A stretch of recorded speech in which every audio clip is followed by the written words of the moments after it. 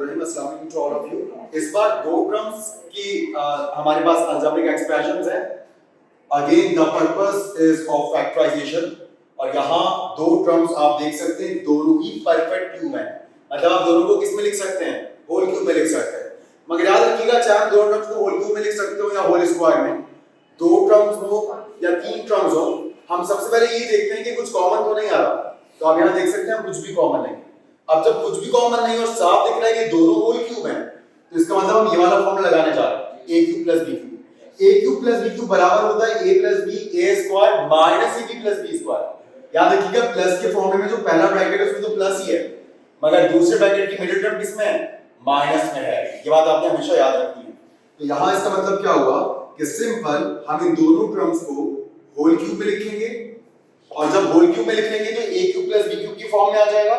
जैसे ही a cube plus b cube की form में आ जाएगा, ये a plus b a square minus ab plus b square के इक्वल हो जाएगा और बस हम इसको सिंपलीफाई करके आंसर लिख देंगे, right?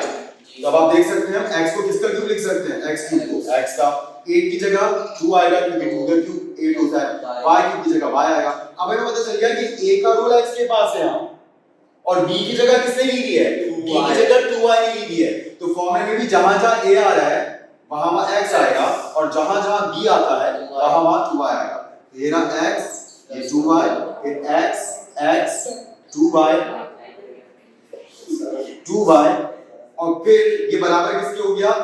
x plus y as it is, x plus 2y as it is और यहाँ x का स्क्वायर क्या बनेगा? x square minus 2xy multiply होने के बाद और प्लस स्क्वायर ऑफ 2 इज 4 और y का स्क्वायर क्या होता है? y square. ये कंप्लीट हो गया। ऐसे यहाँ पर आप देख सकते हैं दो टर्म्स है। बताइए क्या दो टर्म में कुछ कॉमन है? सबसे पहला स्टेप कॉमन देखने का होता है, a स्क्वायर कॉमन है। आप लीस्ट पावर के साथ सेम वैल्यू को कॉमन निकालते हैं, a स्क्वायर कॉमन है। a की 11 पावर में से 2 पावर बाहर आ चुकी है, तो फर्स्ट में a की पावर क्या रह गई है? 9 और a स्क्वायर बाहर आने के बाद इधर क्या रह गया? b की पावर 9, राइट? अच्छा, अब यहाँ a square as it is और इधर हम इन दोनों को क्या होल क्यूब में लिख सकते हैं? बिल्कुल होल क्यूब में लिख सकते हैं। तो मैंने होल क्यूब में लिख देंगे। अब हमें ब्रैकेट में a के ऊपर ऐसी पावर लगानी है कि वो ऊपर मौजूद 3 से मल्टीप्लाई और क्या बन जाए? 9 बन जाए। तो बताइए a की क्या पावर 3 से मल्टीप्लाई होकर 9 बने? 3 और b की क्या पावर 3 से मल्टीप्लाई होकर 9 बने? 3।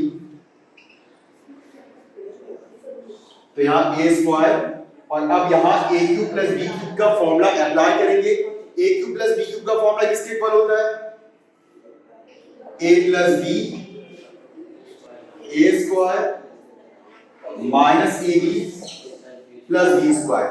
a की जगह क्या आएगा? a क्यूब और b की जगह क्या आएगा? b cube. फिर यहाँ क्या आ जाएगा? a क्यूब और यहाँ क्या आ जाएगा? b cube. अब हम इसको सिंपलीफाई करते हैं।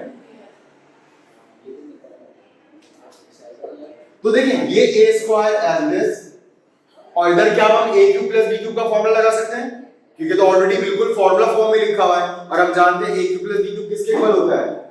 a plus b a square minus ab plus b square और इधर पावर 3 जब 2 से मल्टीप्लाई होगी तो एक पावर क्या हो जाएगी? 6। या a cube b cube as it is और प्लस साइन के बाद ये 3 2 से क्या हो जाएगा? b की पावर 6। मजीद कहीं से भी कुछ और फैक्टराइजेशन नहीं हो सकती। इसकी यही हमारा जवाब है जिसमें हम देख सकते हैं 4 वैल्यूज आपस में मल्टीप्लाइंग फॉर्म में हैं जिनमें 3 तो ब्रैकेट्स हैं, राइट? और ये एक टर्म है। Let's do this question. ये दोनों टर्म परफेक्ट स्क्वायर भी हैं, इनको होल स्क्वायर में भी लिख सकते हैं और ये दोनों टर्म परफेक्ट क्यूब भी हैं। अब हम इसको होल स्क्वायर में लिखते हैं, होल क्यूब में लिखते हैं। तो याद रखिएगा अगर दरमियान में प्लस है तो हमारी प्रायोरिटी होल क्यूब में लिखना होती है, इससे आपका सवाल आसानी से होता है फैक्टराइज। लेकिन अगर अभी दरमियान में माइनस होता तो हमारी तरजीह क्या होती? इसको होल स्क्वायर में लिखना, क्योंकि फिर a square minus b square का फॉर्मूला लग जाता। आप एक बार प्लस करके एक बार माइनस करके लिख देते। तो यहां क्या बात याद रखने वाली है, अगर दो ऐसी टर्म्स हैं जिनको आप होल क्यूब में भी लिख सकते हैं और होल स्क्वायर में भी लिख सकते हैं, तो प्लस है तो होल क्यूब में लिखिए, माइनस है तो होल स्क्वायर में लिखिए, ठीक है। तो यहां प्लस है इसलिए हम इसको होल क्यूब में लिखेंगे, यह आ गया होल क्यूब में। और फिर आपको पता है a cube plus b cube किसके इक्वल होता है, a plus b a square minus ab plus b square. तो a की जगह क्या आएगा बताएं, फर्स्ट टर्म क्या हो जाएगी, a की क्या पावर लगाएंगे वापस 6 हो जाए 2 क्योंकि 2 3 से 6 होता है और 1 तो 1 का ही क्यूब होता है। अब a की जगह क्या आएगा a स्क्वायर और b की जगह क्या आएगा 1, यहां पर भी a की जगह a स्क्वायर और b की जगह 1। अब इसको सिंपलीफाई कर लीजिए, a स्क्वायर प्लस 1, a की पावर क्या हो जाएगी 2 गुना 4 माइनस a स्क्वायर 1 सा a स्क्वायर और प्लस 1 का स्क्वायर 1। अच्छा ये तीन टर्म्स का ब्रैकेट मजीद आगे फैक्टराइज क्यों नहीं हो सकता, क्योंकि तीनों टर्म पॉजिटिव नहीं है। अगर ये तीनों टर्म अभी पॉजिटिव होती तो ये वाला ब्रैकेट आगे फैक्टराइज कर सकते थे और पिछले लेक्चर्स में हमने इस पे तफसील से बात की है।